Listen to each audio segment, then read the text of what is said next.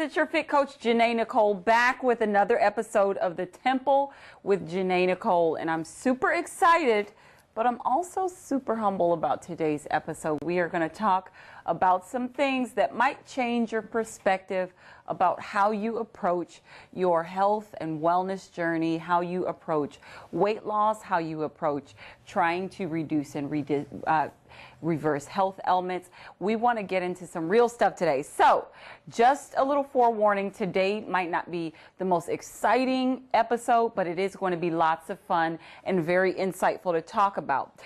And I am going to get into some things that might help you to understand better some choices that you might be currently making or thinking about making. See, when you're trying to live healthy, because ultimately it's about living healthy, you make certain choices that you feel like will benefit your health. But if you're not trying to live healthy, then you might have made some choices that has not benefited your health thus far, and you want to begin to come to a place where you turn it all around and restore your health. Well, your decision making and the choice that you make will determine and decipher the outcome of your health, and that's what we're going to talk about today. So let's just get right into it. I'm really excited to talk to you about this because this is something that's very near and dear to my heart and it's been personal to me. I'm talking about eating meat or not eating meat. Okay, so here's the thing about it. The whole world is going vegan crazy. Everyone's becoming vegan nowadays or vegetarian, abstaining from eating meat.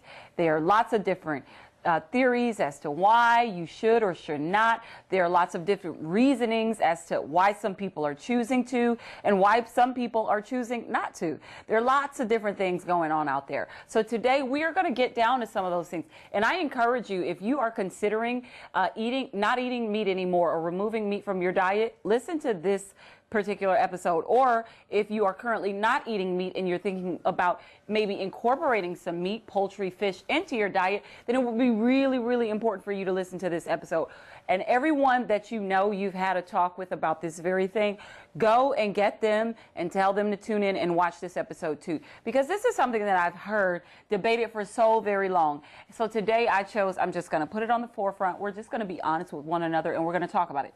Okay, so I've been on both sides of that story. I've been on the meat-eating side for a very long time, and I've been on the non-meat-eating side. So here's the thing about eating meat.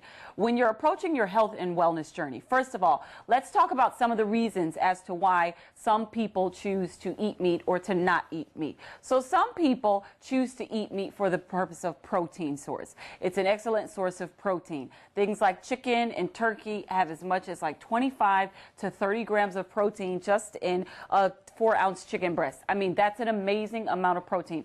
Standardly, you're supposed to consume around 90 to 120 grams. Some people more, if you're a little bit larger, 90 to 100 grams of protein every day. There are so many things that your body needs to be able to function properly. So many vitamins and minerals, so many different things that you have to have and consume every day that you need for your body to do what it's supposed to do and go how it's supposed to go. And protein source is one of those things. So some people eat meat because they feel like, hey, it's a wonderful source of protein.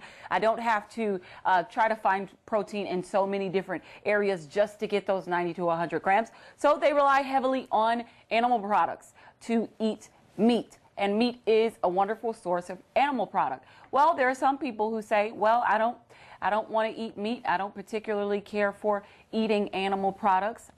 Some people I've even heard say it's because they strongly feel like animals should be left freely, liberally, and left to graze and to roam the earth just as we humans are. Yes, animals are living beings. They are not human beings, but they are living beings. So some people feel strongly about, hey, I'm not going to eat any animal because I don't like to kill animals. I don't like to use them as a source of food. I have plants and I have fruits for that. Makes sense too, right? Well, there's a lot of different theories about it. Some people choose not to eat meat because they feel like, well, you know what? God only intended for us to eat fruits and vegetables and grains because, you know, that is particularly in the Bible that God put the fruits and the vegetables and the grains here for us to eat. Well, some people choose not to eat meat because of how animals are raised. Sometimes they are raised in circumstances that are very unfair, and it's unreal, some of the things that I heard. Now, this is where I was on the non-eating meat side.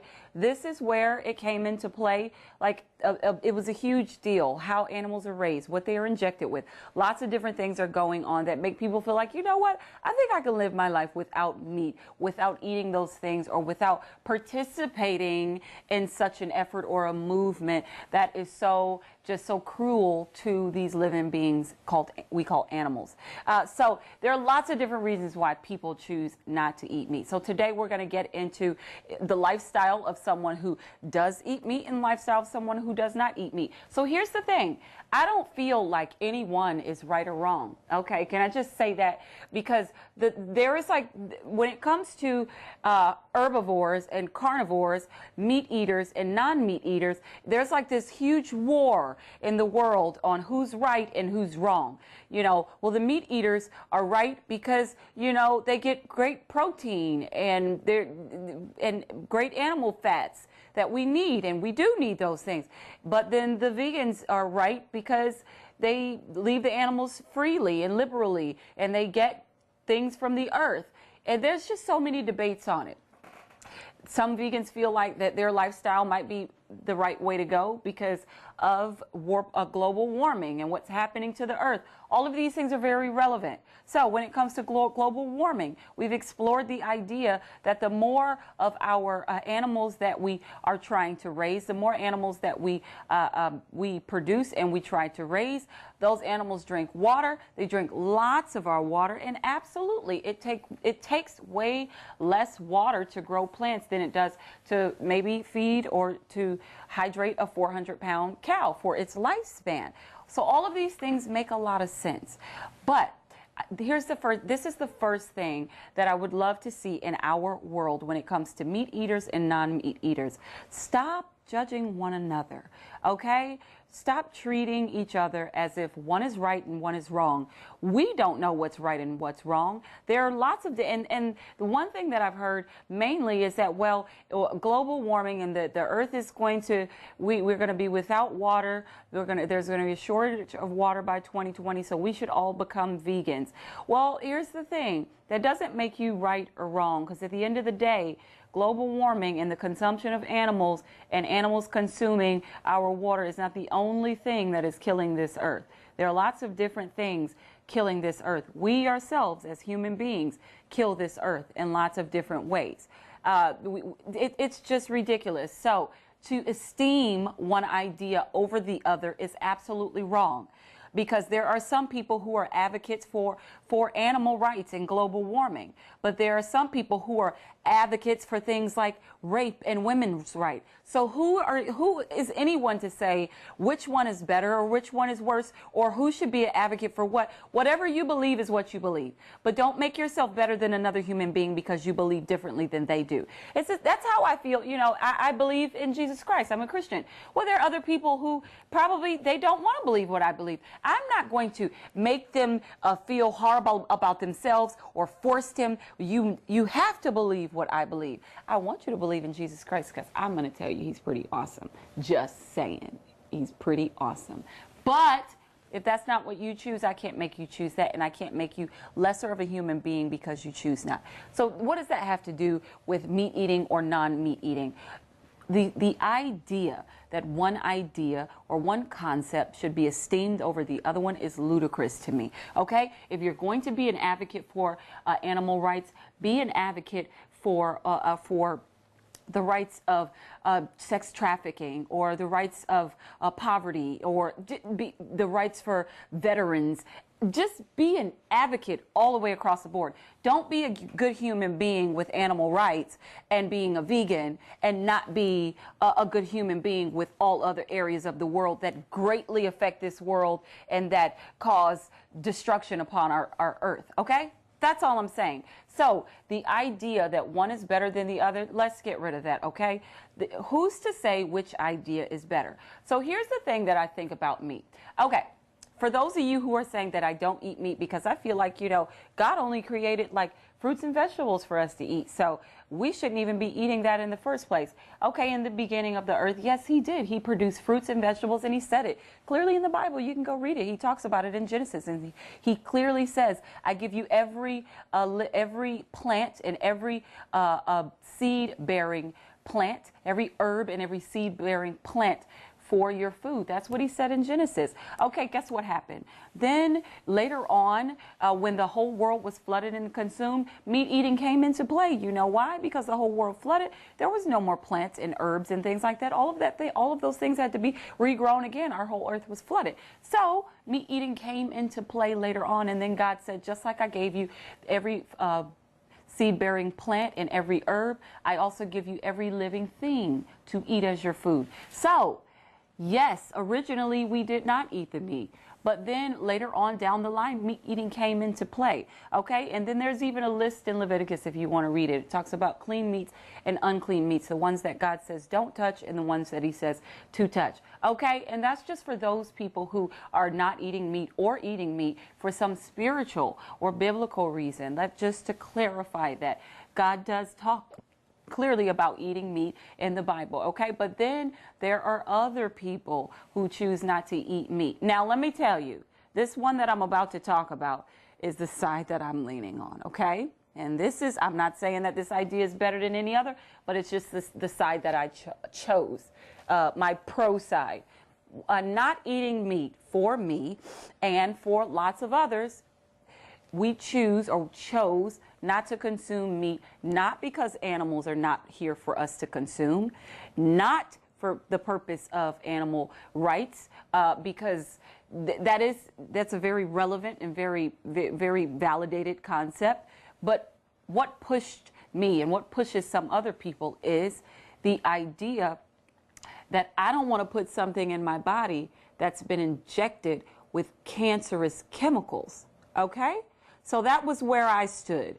Lots of our animals, of our poultry, of our meats, of our cattle are, because they are mass produced, and because they are sold so rapidly and so many people in our country consume them, the number of people who actually eat meat does not keep up with the number of animals that are actually being naturally produced, meaning a cow got pregnant and birthed a child. Yay, there's a cow. We can use it for steak. That's not realistically happening. There's not enough animals reproducing as there are people that are actually consuming these animals. So what's happening is a lot of animals are being mass produced by way of genetically modified processes. So taking the DNA from a cow and then creating another clone cow from that cow, and that's how you get lots of other cows and lots of other chickens. Or maybe, you know, you want to, they sell because when they're bigger and plumper, people like big plump chickens, so if we just put hormones in them, then we'll sell them. So that's the side that I stood on. I just personally thought that if I was going to eat meat, I would prefer to not eat the source of cancer. Different things like hormones, antibiotics, and steroids. They are all being put inside, not all, because let me tell you something. I used to work with some good old folks who had a farm, and the poultry, the chickens, and the cattle that they raise, they did a grade A job with how they raise their animals and how their animals got from the farm to the table. It was just, I must say, it was grade A, superb. They ran and roamed freely. They weren't stuck in cages. They were able to graze the grass and eat the food fresh out of the earth and not have to be locked in these cages. So when it comes to eating meat, if I know that the source of my meat is not going to be the healthiest source, or it's not going to provide me with nourishment and longevity in my physical body, then I'm not going to eat it. So unfortunately, lots of the meat that we have available to us in this country is not the best source of meat. But that's not to say that that's all meat. So for me, okay, here's the thing. Now that same farm that I talked to you about that has this grade A quality of meat, I'm not going to lie to you. When I was a little bit younger and that stuff costs like $15 or $20 for one steak, I couldn't afford that then. So it was better for me to just choose not to eat the meat that was available at a cheaper price that I knew wasn't good for my body than for me to try to spend lots of money on this meat that actually was decent.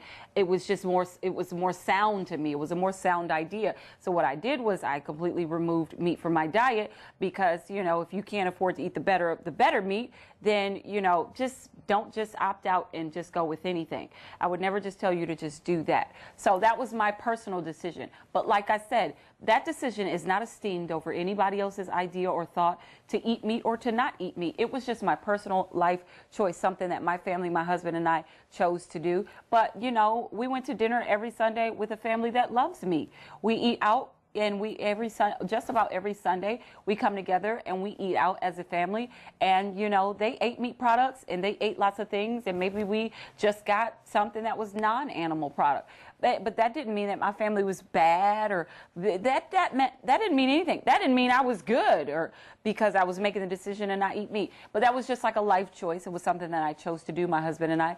And it was good. It was good for us. We just chose that. Now, here's the thing.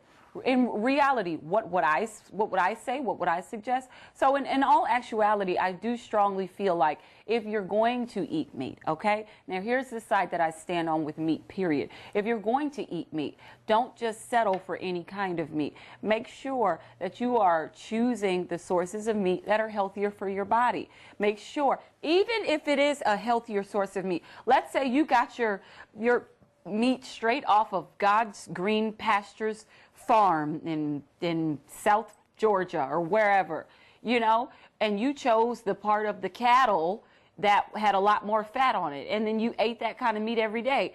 Absolutely not. That's not a better choice to make. That doesn't make the choice better. You also need to watch the fat content of the meat that you eat. Lots of times when I eat chicken, one of the things that keeps me from gaining weight is that I eat chicken with no skin on it. We've talked about this before. When you're consuming meat, eating the skin is the fattiest part of the meat. So if you remove the skin, you have a better chance at obtaining that goal to lose weight or whatever it is that you're trying to do. If you have a cholesterol issue or something like that, if you maybe have a diabetes issue or anything like that, blood sugar, that kind of thing, then it's always better to remove the fattiest part of the animal. So even if you are the type of person that spends a lot of money on a good source of meat, but you're still eating the fat or the chicken, you're still eating way too much fat. On average, most people, like my particular diet, my calculations, as according to my height, weight, age, and my lifestyle, activity level, and all of that, I can only consume around 25 to 30 grams of fat every day. Okay, you can get 30 to 30 grams of fat just in the skin of a chicken. So what I'm saying is, it's not about whether you're choosing to eat meat or not choosing to eat meat. It's about balancing your diet, okay? And sometimes a part of balancing your diet might mean, yes, I eat meat, I don't eat the skin. Yes, I eat meat, but I eat the better sources of meat. Yes, I eat meat, but I don't overconsume meat. So here's another thing. If you're a meat eater and you choose to eat meat, on average, and this is studies, this is not just Fit Coach talking, Google search it yourself. On average, it takes between 24 and 72 hours for your body to completely digest meat. Okay, so here's a problem that comes in with things like high cholesterol and other problems, colon problems, digestive problems, that we overconsume meat. Okay, now for people who don't eat meat for the purpose of global warming, I'm just going to give you my idea in my mind, this little thought that I thought of. It may not even be right or relevant, but I'm just going to give you my idea. So if your body, and just open your mind to really hear this and take it in and interpret it for yourself. If your body takes 24 to 72 hours to digest a 4-ounce chicken breast, okay? I ate a chicken breast about this big. This is 4 ounces. My body is going to take 24 hours to digest it. If you did that 3 times a day, then that's like 3 times 24 trying to digest that meat. You can't overconsume meat just because it's available for you to eat. I also feel like a huge problem that vegans have, they're validated when it comes to global warming and the amount of meat that's being produced to keep up with the amount that's actually being consumed, is the fact that why are our diets so saturated with meat? What is wrong with only eating meat once a day? Or what's wrong with only eating meat a few times out of the week, 2 or 3 times out of the week? Why do we have to eat it every day with every meal? Do you know that 24 hours that it takes to digest chicken, that's just chicken. Now animals such as cows, steak, beef, that kind of thing, can take up to 72 hours. You're talking about, what is that, 3 days that it will take to digest a steak? And then we're putting another 4 ounces of chicken on top of that. Imagine how backed up your colon is trying to process all that meat that we're eating. Breakfast, lunch, dinner, breakfast, lunch, dinner. Your organs never get a break, and you have to give your organs a break. And that's where I feel like vegans do kind of have one up on that one, because the idea is that global warming is happening and that we're going to have a water shortage because of the amount of animals that consume, the amount of water that is being consumed by all these animals that are only being reproduced to keep up with the need of the consumers. So, do we have to eat so much meat is what I'm saying, okay?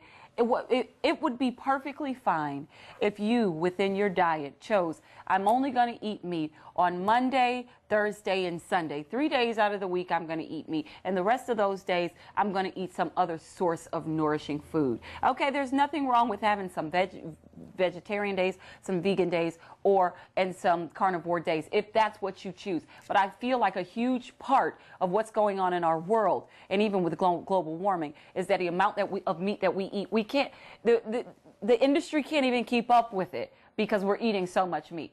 And I feel like if we were to just completely cut back from eating so much meat and limit the amount of meat that we eat throughout the week, I feel like that we would be doing a really, really good job. And the earth would be a little bit more balanced. Okay? And here's the other thing. Okay, most of us, we don't even have the right concept about our daily diets.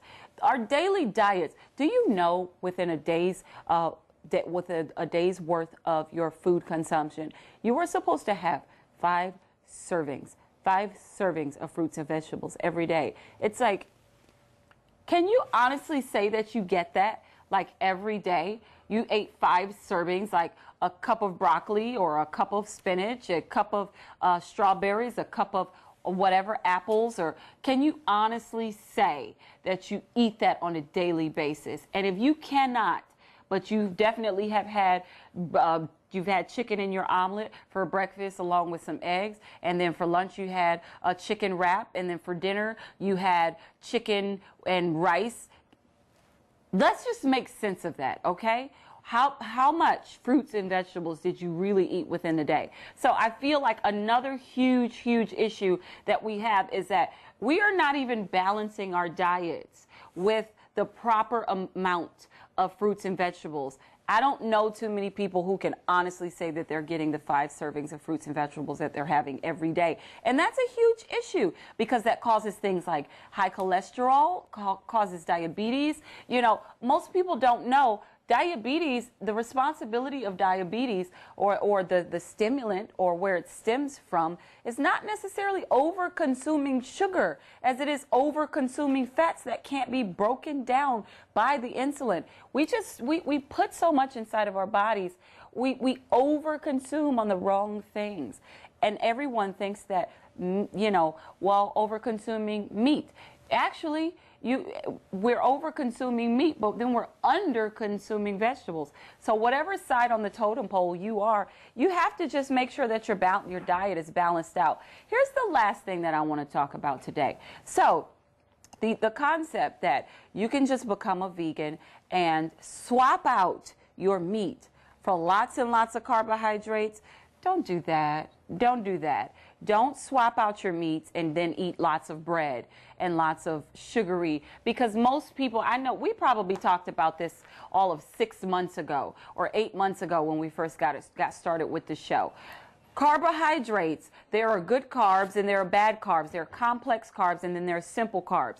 If you are the type of person that is over consuming unhealthy carbohydrates, carbohydrates are nothing but sugar.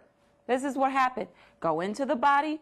Simple carbs, the bad carbs, they go into your body and they turn into sugar into your body. And guess what? They end up getting stuck. This is why most of Americans, like lots of Americans, have the belly bulge problem, because we overconsume these carbohydrates that do nothing but turn into fat, and then they get stuck in our midsection. So if you're going to be a vegan and you're not going to eat meat, you've got to know that it's not okay ever to swap out meat for a high level of carbohydrates. Naturally on a day. And you can, this is a website that I absolutely love. You can go to healthyeater.com and you can look, you can click on the macro calculator, and it's going to tell you exactly how much meat or how much protein, how many carbohydrates and how many calories and how many fats you're supposed to consume every day. Now, as for me and my personal body, I'm only supposed to consume about 120 carbohydrates a day. Okay, but 2 pieces of bread has like 40 grams of carbs. Really? Oh my gosh.